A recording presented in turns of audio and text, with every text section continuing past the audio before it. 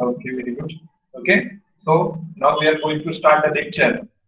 Before starting the today's topic, I will just revise what we have studied about the lecture, about this point in the previous lecture. आजचा topic सुरू करण्यापूर्वी गेल्या lectures मध्ये आतापर्यंत आपण या unit संदर्भात काय बघितलेलं आहे पटकन रिवाइज करतो आणि मग आपण लेक्चर स्टार्ट करूया. Okay, so our topic name is accounting standard. Under that, first of all, we have discussed introduction of the accounting standard. आपल्या टॉपिकचं नाव अकाउंटिंग स्टँडर्ड आहे, राईट. आणि सर्वप्रथम आपण याबाबत डिस्कस केलं होतं अकाउंटिंग स्टँडर्ड म्हणजे काय, त्याची इंट्रोडक्शन, त्याची डेफिनेशन आपण बघितली होती. देन ऑब्जेक्टिव्ह, अकाउंटिंग स्टँडर्डचे ऑब्जेक्टिव्ह, उद्देश काय आहेत हे सर्व उद्देश आपण बघितले होते. And then we have discuss the advantages of the accounting standard. त्यानंतर अकाउंटिंग स्टँडर्डचे ऍडव्हान्टेजेस म्हणजे अकाउंटिंग स्टँडर्डचे फायदे किंवा बेनिफिट्स कुठले आहेत ते सर्व आपण या ठिकाणी व्हेरीफाय केले. ओके, नाव आणि त्यानंतर evolution and types of accounting standard. कुठल्या प्रकारचं अकाउंटिंग स्टँडर्ड हे कुठल्या कालावधीमध्ये त्या ठिकाणी तयार करण्यात आलेलं आहे हे सुद्धा आपण त्या ठिकाणी बघितलं होतं. ओके, तर इथपर्यंत गेल्या लेक्चर मध्ये आपण स्टडी केलेला आहे. Anyone is having difficulty related to the point those we have studied?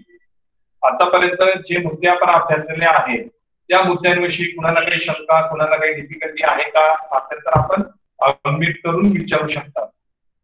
Anyone is having any doubt regarding this?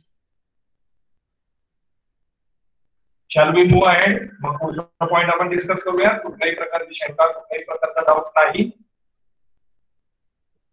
Okay, so now the next point that we have to discuss. Now actually we have to discuss the accounting standards. Those are mentioned in our syllabus in practical. तर आपला जो syllabus आहे त्या syllabus मध्ये जे accounting standard mention केलेले आहेत ते विस्तृत स्वरूपात आपण या ठिकाणी चर्चा करणार आहोत. So under that the first accounting standard it is accounting standard number 3 that is the cash flow statement and it is implemented from first April 1997. आपल्या सिलेबस मध्ये जे पहिला अकाउंटिंग स्टँडर्ड आपल्याला या ठिकाणी दिलेला आहे ते आहे accounting standard number 3 cash flow statement. आणि कधीपासून ते देण्यात आलेलं आहे 1 एप्रिल 1997 पासून हे अकाउंटिंग स्टँडर्ड या ठिकाणी देण्यात आलेलं आहे. Okay, so first of all we must know what is the meaning of the cash flow statement. आता हे अकाउंटिंग स्टँडर्ड कशा संदर्भात आहे, कॅश फ्लो स्टेटमेंटच्या संदर्भात आहे. त्यामुळे कॅश फ्लो स्टेटमेंटचं मीनिंग काय, अर्थ काय ते आपल्याला या ठिकाणी जाणून घेणं आवश्यक आहे. Okay, first of all in short and in accurate form I am telling you what is the meaning of cash flow statement. पहिल्यांदा आपण कॅश फ्लो स्टेटमेंट म्हणजे काय ते समजून घेऊया. Okay, cash flow statement is an additional information to the user of financial statement. म्हणजे जे financial statement आहे, फॉर एक्झाम्पल ट्रेडिंग अकाउंट असेल, P&L अकाउंट असेल, त्यानंतर बॅलन्स शीट असेल, याचे जे युजर आहेत, या फायनान्शियल स्टेटमेंटचे जे युजर आहेत त्यांना ऍडिशनल इन्फॉर्मेशन देण्याचं जे स्टेटमेंट काम करत असतं त्या स्टेटमेंटला कॅश फ्लो स्टेटमेंट म्हटलं जातं. This statement exhibits the flow of incoming and outgoing of cash.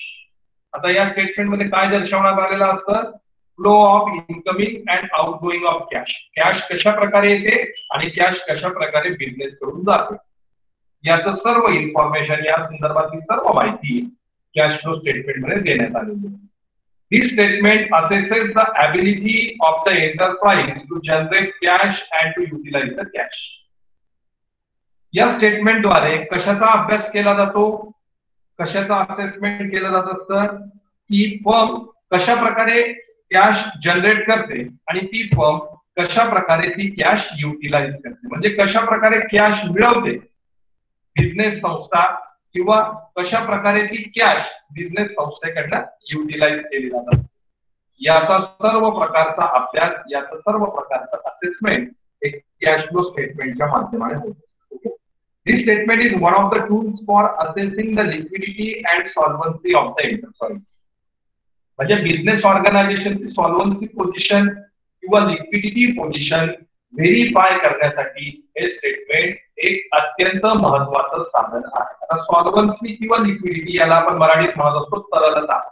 म्हणजे जे आपले देणे असेल ते देणं पे करण्याची क्षमता, परत करण्याची क्षमता, म्हणजेच काय लिक्विडिटी और सॉल्व्हन्सी. म्हणजे आपल्या ज्या करंट लायबिलिटी आहे किंवा शॉर्ट टर्म लायबिलिटी आहे हे परत करण्याची क्षमता आपल्यामध्ये किती आहे, म्हणजे बिझनेस मध्ये किती आहे हे तपासून बघणं म्हणजेच काय बिझनेसची सॉल्व्हन्सी किंवा लिक्विडिटी पोझिशन चेक करणे.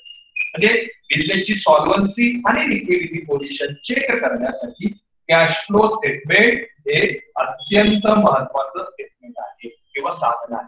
Okay, understood everyone the meaning of cash flow statement. प्रत्येकाला कॅश फ्लो स्टेटमेंटचं मीनिंग समजलेलं आहे? आवाज ऐकू येतोय का मला प्रत्येकाला? आपल्याला मीनिंग समजलंय कॅश फ्लो स्टेटमेंट प्रत्येकाला? Now my voice is audible to all of you? आवाज येतोय माझा प्रत्येकाला? Yes okay, very good. Now it is clear. आवाज काही ब्रेक वगैरे होतोय? प्रत्येकाला क्लिअरली आवाज येतोय? हो सर येतोय. होतोय सर, थोडा थोडा आवाज ब्रेक होतोय. ब्रेक होतोय. Okay, now it is clear. I think it is clear now. Okay, so we understood the meaning of the cash flow statement. Now we have to check the accounting standard number 3. It is related to the cash flow statement. Okay, so this standard deals with the financial statement which summarize for a given period the sources and application of funds of an enterprise. Accounting standard number 3 हे cash flow statement च्या संदर्भात आहे की ज्या statement मध्ये cash ही कशा प्रकारे येते आणि कॅश ही कशा प्रकारे इन्व्हेस्ट केली जाते, युटिलाइज केली जाते याची माहिती दिलेली आहे. Okay, this standards it is implemented from 1 April 1997. 1 April 1997 रोजी हे स्टँडर्ड इम्प्लिमेंट करण्यात आलेलं आहे. Okay, and the applicability of this standard. आता या स्टँडर्डची ऍप्लिकेबिलिटी काय, पुन्हा कुठल्या व्यवसायांसाठी हे स्टँडर्ड अप्लाय आहे हे आपल्याला या ठिकाणी चेक करायचंय. First condition for the applicability is which our turnover of more than 50 crores in preceding financial year. अशा व्यवसाय संघटना की मागील फायनान्शियल इयर मध्ये, अकाउंटिंग इयर मध्ये ज्या संघटनांचा एकूण टर्नओव्हर हा 50 कोटी किंवा त्यापेक्षा जास्त होता. Okay, and second condition borrowing more than 10 crores at any time during the accounting period. आणि ज्या संघटनांनी 10 कोटी किंवा त्यापेक्षा जास्त कर्ज हे अकाउंटिंग इयर मध्ये केव्हाही घेतलेलं असेल अशा सर्व संघटनांसाठी accounting standard number 3 cash flow statement हे ऍप्लिकेबल असतं. 2 या ठिकाणी कंडिशन लक्षात ठेवायच्या आहेत कॅश फ्लो स्टेटमेंटच्या संदर्भात. Number 1 is what? The turnover of the business organisation that is 50 crores or more than that in the preceding financial year. म्हणजे गेल्या वर्षभरात, गेल्या फायनान्शियल इयर मध्ये ज्या व्यवसाय संघटनांचा टर्नओव्हर हा 50 कोटी किंवा त्यापेक्षा जास्त होता. And second, the organization those have taken borrowing of ₹10 crore or more than that during any time in the accounting year. जे अकाउंटिंग इयर असेल, जे फायनान्शियल इयर असेल त्या वर्षभरामध्ये संघटनांनी 10 कोटी किंवा त्यापेक्षा जास्त अमाऊंटचं कर्ज घेतलेलं असेल, ओके, तर त्या संघटनांना सुद्धा accounting standard number 3 cash flow statement हे ऍप्लिकेबल आहे. अंडरस्टूड? तर हे 2 रूल आहेत. हे 2 रूल ज्या संघटना पूर्ण करतील अशा सर्व संघटनांना अकाउंटिंग स्टँडर्ड नंबर 3 हे ऍप्लिकेबल असेल. Okay, understood? आलंय लक्षात प्रत्येकाला ऍप्लिकेबिलिटीच्या 2 condition? Any doubt, any difficulty here? कुणाला काही अडचण आहे का यामध्ये? My voice is clear? No, sir. No doubt. Okay. If you have doubt, you have to ask me. जर तुम्हाला काही शंका असेल तर तुम्ही विचारा, आणि जरूर विचारा. And we are studying the accounting and therefore it is a practical subject and most of the doubts are in the practical subject always. आपण अकाउंट हा आपला जो महत्वपूर्ण प्रॅक्टिकल सब्जेक्ट आहे त्याचा अभ्यास करतोय, त्यामुळे नक्कीच या ठिकाणी शंका असू शकतात. त्यामुळे वेळोवेळी या शंका विचारत चला. Now we have to check what are the features of accounting standard number 3 cash flow statement. आता अकाउंटिंग स्टँडर्ड नंबर 3 जे आहे कॅश फ्लो स्टेटमेंट, याचे वैशिष्ट्य कुठले कुठले फीचर्स आहेत, right? So cash flow statement explain cash movement under the following 3 different heads.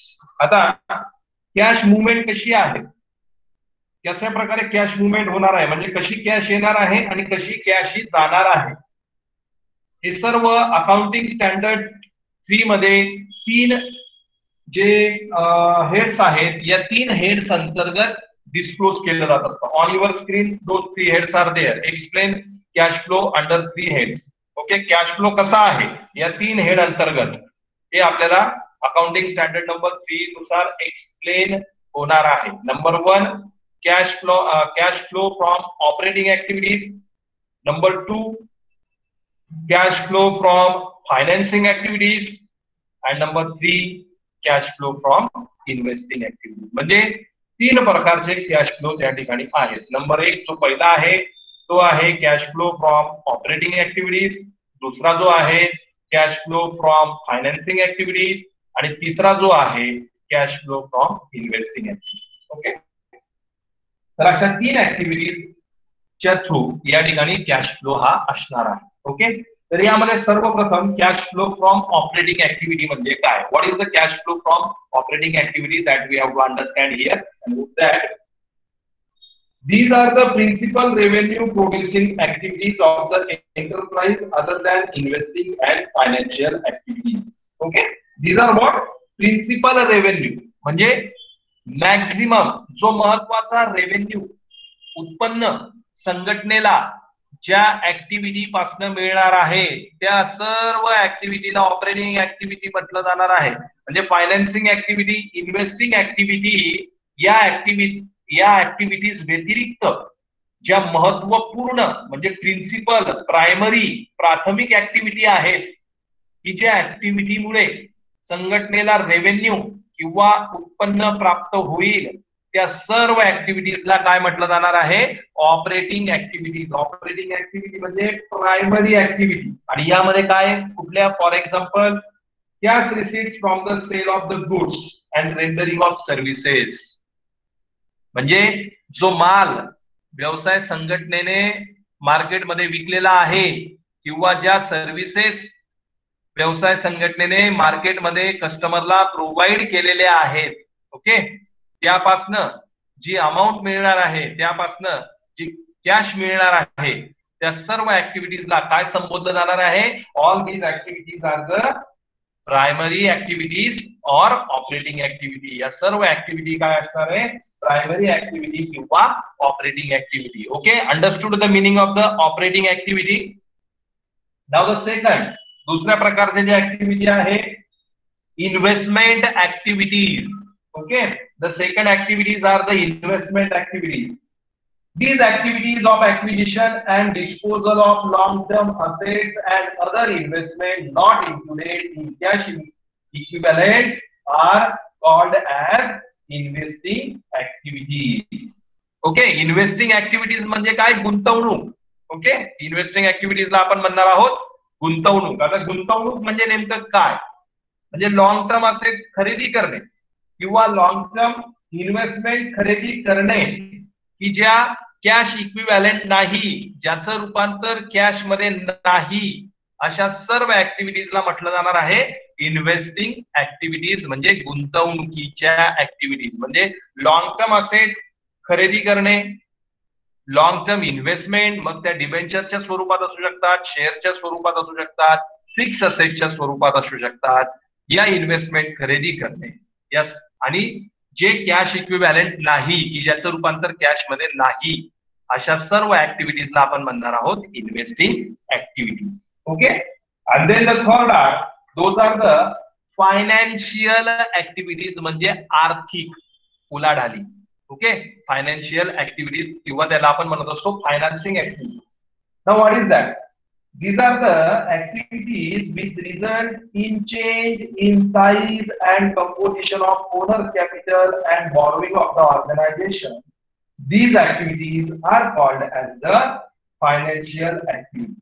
Okay, owners capital असेल किंवा बॉरोविंग असेल म्हणजे कर्ज घेतलेलं असेल, मालकीय भांडवल असेल, याच्या साईज मध्ये जे बदल घडून येत असतात, या सर्व प्रकारच्या बदलांना आपण म्हणणार आहोत फायनान्सिंग ऍक्टिव्हिटीज, फायनान्शियल ऍक्टिव्हिटीज. म्हणजे ओनर कॅपिटल मध्ये वाढ करणे, त्यानंतर बॉरोविंगच्या स्वरूपात कर्ज घेऊन त्यामध्ये वाढ करणे, याद्वारे ज्या ऍक्टिव्हिटी परफॉर्म होत असतील त्या सर्व ऍक्टिव्हिटीला म्हटलं जाणार आहे फायनान्सिंग ऍक्टिव्हिटीज म्हणजेच financial activities. For example, sale of shares म्हणजे जे आपले इक्विटी शेअर्स आहेत त्याची विक्री करणे, त्याला आपण म्हणणार आहोत financial activity. That is the example of the financial activity. Financial activity, long term loan taken और payment of the long term loan म्हणजे दीर्घ कालावधीसाठी कर्ज घेणे किंवा दीर्घ कालावधीसाठी कर्जाची परतफेड करणे, that is also the financing activity. Dividend paid, interest paid, आपले जे शेअर होल्डर असतील त्यांना डिव्हिडंड पे केला, आपण ज्या फायनान्शियल इन्स्टिट्यूशन कडनं कर्ज घेतलेले आहेत त्या कर्जावरचं इंटरेस्ट पेड केलं. These are also called as the financing activities. So all these activities, those are exhibits under the accounting standard number 3. या ज्या 3 प्रकारच्या ऍक्टिव्हिटी आहेत, या 3 प्रकारच्या ऍक्टिव्हिटी अकाउंटिंग स्टँडर्ड 3 मध्ये डिस्क्लोज केल्या जात असतात. Understood everyone? All these activities, all these 3 activities. Yes, sir. Okay, any doubt, any difficulty under that?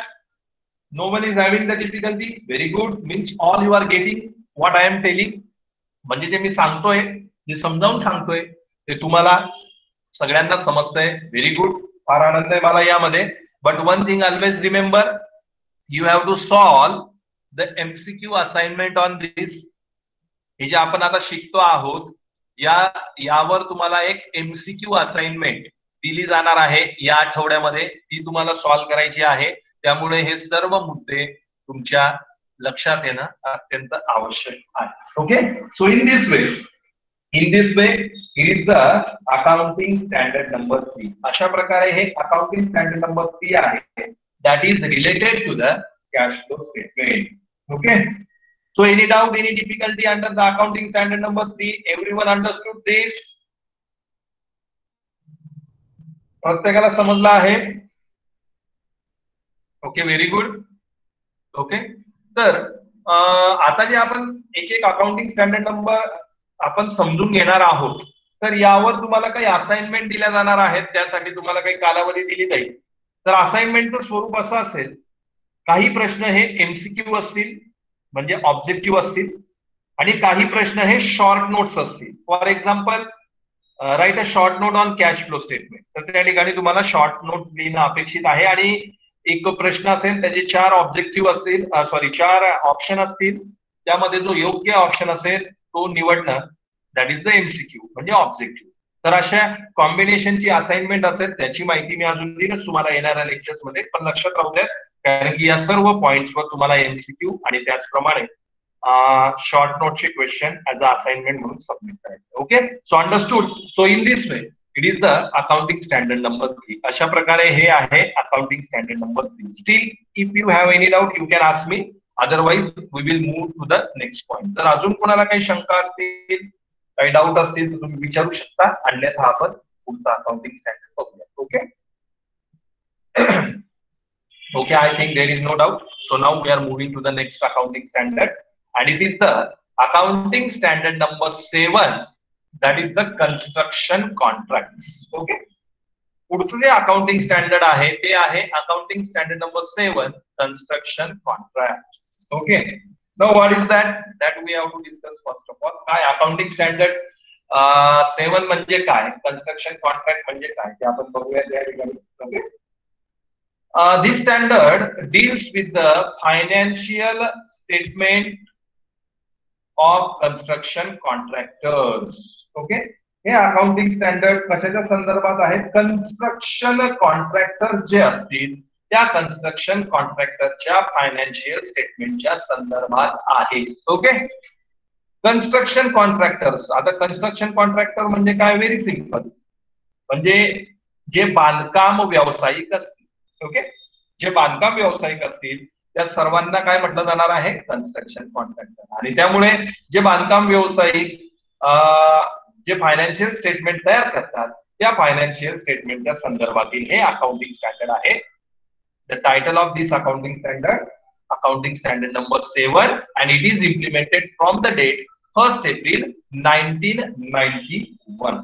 कधीपासून इम्प्लिमेंट करण्यात आलेला आहे, 1 एप्रिल 1991 पासून हे अकाउंटिंग स्टँडर्ड इम्प्लिमेंट करण्यात आलेलं आहे. Okay, that is the accounting standard number 7. It is construction contract. Construction contract. Okay, now in detail we have to discuss. Now what is the objective of this accounting standard? आता याचा objective काय आहे, accounting for long term construction contract involves a question as to when a revenue should be recognized and how to measure the revenue in the books of the contractor.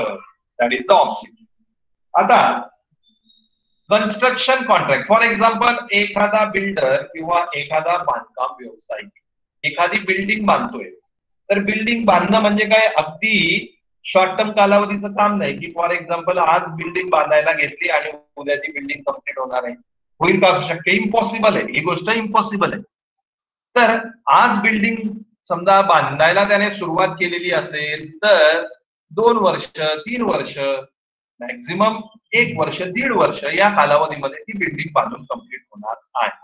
पण मग त्याच्यापासून जो revenue जो मिळेल या कॉन्ट्रॅक्टरला, समजा त्याच्यापासून आज आता काही बिल्डर हे बिल्डिंग बांधायला घेतात, म्हणजे बिल्डिंग बांधण्यापूर्वीच ते फ्लॅट बुकिंग चालू करत असतात. म्हणजे त्यांच्या बिल्डिंग मध्ये जे फ्लॅट असतील त्या फ्लॅटचं बुकिंग ते बिल्डिंग बांधण्यापूर्वीच चालू करत असतात. मग त्यांना हे रेव्हेन्यू उत्पन्न तर बिल्डिंग बांधण्याच्या अगोदरच मिळायला सुरुवात होतं. त्यामुळे ते उत्पन्न बिल्डिंग बांधण्याच्या अगोदर कन्सिडर केलं पाहिजे की बिल्डिंग बांधली गेल्यावर कन्सिडर केलं पाहिजे, हा प्रश्न त्यांच्या समोर उद्भवत असतो. आणि मग या प्रश्नाचं उत्तर मिळवण्यासाठी किंवा याची योग्य ती ट्रीटमेंट करण्यासाठी अकाउंटिंग स्टँडर्ड नंबर 7 कन्स्ट्रक्शन कॉन्ट्रॅक्टची निर्मिती करण्यात आली. Then as the period of construction contract is long, work of construction starts in 1 year and is completed in another year or after 4 to 5 years. So आपल्याला माहितीये कन्स्ट्रक्शनचं काम, बांधकामाचं काम आज चालू होतं आणि 4-5 वर्षांनी कंप्लीट होतं. Okay, therefore question arises how the profit or loss of construction contract by a contractor should be determined. त्यामुळे प्रश्न निर्माण होतो की मग याचा वर्ण प्रॉफिट आणि लॉस हा कशा प्रकारे कॅल्क्युलेट करायचा, हा प्रश्न त्या ठिकाणी निर्माण होतो. Therefore for this the accounting standard number 7 is prepared. त्यामुळे या प्रश्नाचं उत्तर मिळावं त्यासाठी अकाउंटिंग स्टँडर्ड नंबर 7 ची निर्मिती या ठिकाणी करण्यात आलेली आहे. Okay, as per applicability. आता अकाउंटिंग स्टँडर्ड नंबर 7 ची ऍप्लिकेबिलिटी काय, कुणाला ऍप्लिकेबल असणार आहे ते आपण बघूया. This accounting standard is applicable in accounting for construction contract in contractor's financial statement. In other words, the accounting standard does not apply to customer, that is contractee. This accounting standard applicable for the construction contractor only. कुणाला applicable आहे ते फक्त construction contractor ला applicable आहे. जो customer असेल म्हणजे जो फ्लॅट खरेदी करणारा असेल त्याला applicable नाही, फक्त कन्स्ट्रक्शन कॉन्ट्रॅक्टर म्हणजे जो व्यावसायिक असेल, बांधकाम व्यावसायिक, त्याला ते ऍप्लिकेबल आहे. Accounting standard would not be applicable for the construction projects undertaken by the enterprises on its own account as a commercial venture in the nature of production activity. म्हणजे जे प्रोडक्शन, जे कन्स्ट्रक्शन प्रोजेक्ट हे production ऍक्टिव्हिटीच्या संदर्भात असतील, म्हणजे असे project की ज्या प्रोजेक्टद्वारे काहीतरी प्रोडक्शन त्या ठिकाणी निर्माण होणार आहे अशा प्रोजेक्टला हे अकाउंटिंग स्टँडर्ड ऍप्लिकेबल नसेल. ओके, तर अशा प्रकारे ही अकाउंटिंग स्टँडर्ड नंबर 7 ची ऍप्लिकेबिलिटी आहे. Okay, accounting as per accounting standard number 7 construction contract is a contract specifically negotiated for the construction of an asset or combination of assets closely interrelated or interdependent.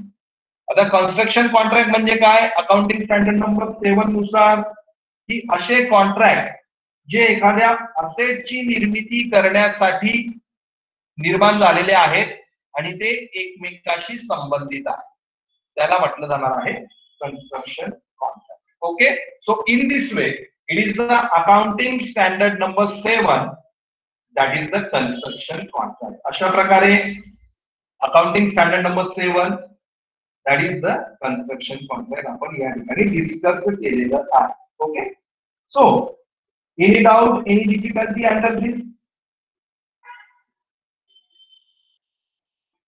Everyone understood the accounting standard number 7? Anyone is having any doubt related to this? No sir. नक्की? No sir. बाकी फक्त ऐकण्याचं काम करतात का बाकी विद्यार्थी? एक फक्त 2-3 विद्यार्थी ज्या आहेत त्या सांगतात ठीक आहे सर आम्हाला समजलेलं आहे, बाकीचं फक्त ऐकायचं काम आहे. जसं आपण वर्गात आपण फॉलो करत होतो तेच आपण सेम ऑनलाईन सुद्धा फॉलो करतोय. म्हणजे सर फक्त त्या ठिकाणी समजून सांगतील आणि आपण फक्त ऐकायचंय. म्हणजे काय माझं कसं झालंय ते कीर्तन करणाऱ्या महाराजांसारखं, म्हणजे महाराज फक्त कीर्तन करतील आणि आपले श्रोते फक्त मान डुलवतायत. ओके ओके ओके, तर असं करू नका. शंका असतील इन्व्हॉल्व्ह व्हा, शंका विचारत चला. जरी आपण ऑनलाईन असलो तरी आपण लेक्चर पॅटर्न मध्ये काही बदल केलेला नाही. जे आपण वर्गात घ्यायचो तेच आपण तोच पॅटर्न या ठिकाणी फॉलो करतोय. या ठिकाणी फक्त ब्लॅकबोर्डच्या ऐवजी पीपीटी आलेली आहे. ओके, त्यामुळे तेवढाच बदल आहे आणि वर्गात बसण्याऐवजी आपण सर्व आपल्या घरी आहोत आणि ऑनलाईन माध्यमाने आपण लेक्चर ऐकत आहोत. पण याचा अर्थ असा नाही की ऑनलाईन आहे म्हणून फक्त ऐकून घेण्याचं काम करायचं, असं करू नका. 2 वे कम्युनिकेशन आपण ठेवलं पाहिजे की ज्यामुळे तुमच्या अडचणी असतील त्या अडचणी या ठिकाणी तुम्ही मांडू शकतात, त्याच्यावर मला माहिती देता येऊ शकते आणि बाकीच्या विद्यार्थ्यांना सुद्धा त्यामुळे जास्तीत जास्त माहिती या ठिकाणी मिळू शकते. Okay, so in today's lecture, आजच्या लेक्चर मध्ये पहिलं जे अकाउंटिंग स्टँडर्ड नंबर आपण बघितलेला आहे ते आहे accounting standard number 3 that is the cash flow statement. Okay, accounting standard number 3 आपण या ठिकाणी बघितलेला आहे that is related to the cash flow statement. Cash flow statement म्हणजे incoming and outgoing of cash जे स्टेटमेंट आहे त्याला आपण कॅश फ्लो स्टेटमेंट म्हटलेलं आहे. It is a barometer to जज the surplus and deficit from the cash activities, म्हणजे जे आपल्या कॅशशी रिलेटेड ऍक्टिव्हिटीज आहेत त्याच्यापासून मिळणारा सरप्लस किंवा त्याच्यापासून असणारा डेफिसिट काय याचं मोजमाप. बॅरोमीटर म्हणजे की ज्याद्वारे मोजमाप केलं जातं ते बॅरोमीटर म्हणजे काय? Accounting standard number 3. आणि त्यामध्ये 3 ऍक्टिव्हिटीज आपण बघितल्या, cash flow from operating activities, cash flow from financing activities and cash flow from investing activities. अशा प्रकारच्या 3 ऍक्टिव्हिटी आपण त्या ठिकाणी बघितल्या. त्यानंतर आपण बघितलं accounting standard number 7 construction contract. The standard deals with the financial statement of the construction contractor. जे कोणी कन्स्ट्रक्शन कॉन्ट्रॅक्टर आहे त्याच्याशी संदर्भात अकाउंटिंग स्टँडर्ड नंबर 7 आहे. Construction contract is a contract specifically negotiated for the construction of an asset or combination of assets closely interrelated or interdependent. म्हणजे नवीन असेटची निर्मिती करण्यासाठी जे कॉन्ट्रॅक्ट होत असतात आणि जे इंटररिलेटेड आहेत एकमेकाशी त्याचा संबंध कन्स्ट्रक्शन कॉन्ट्रॅक्टशी येणार आहे आणि त्याच अकाउंटिंग स्टँडर्डला आपण म्हणणार आहोत accounting standard number 7 construction contract. Okay, so in this way these 2 accounting standard we discussed today. 2 accounting standard number 3 आणि accounting standard number 7 आपण या ठिकाणी बघितलेले आहे. Okay, so